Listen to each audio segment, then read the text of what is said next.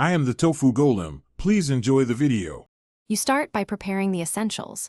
Plug the charger in and bring the watch to at least 80% so maintenance won't be interrupted. Once done, update Watch OS and your iPhone to the latest versions to avoid compatibility issues when you tweak settings.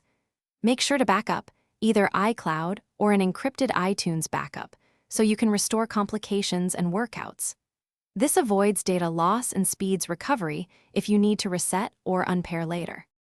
You'll now clean and inspect the watch carefully.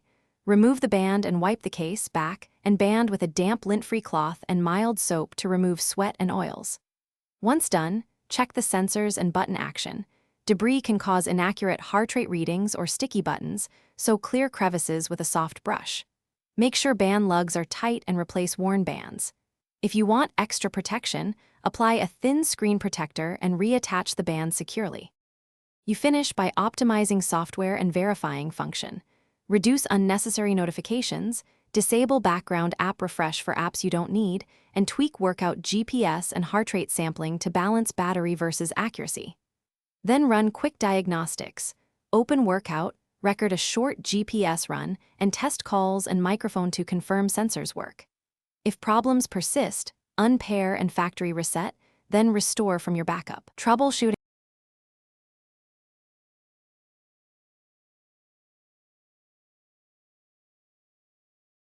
Thanks for watching.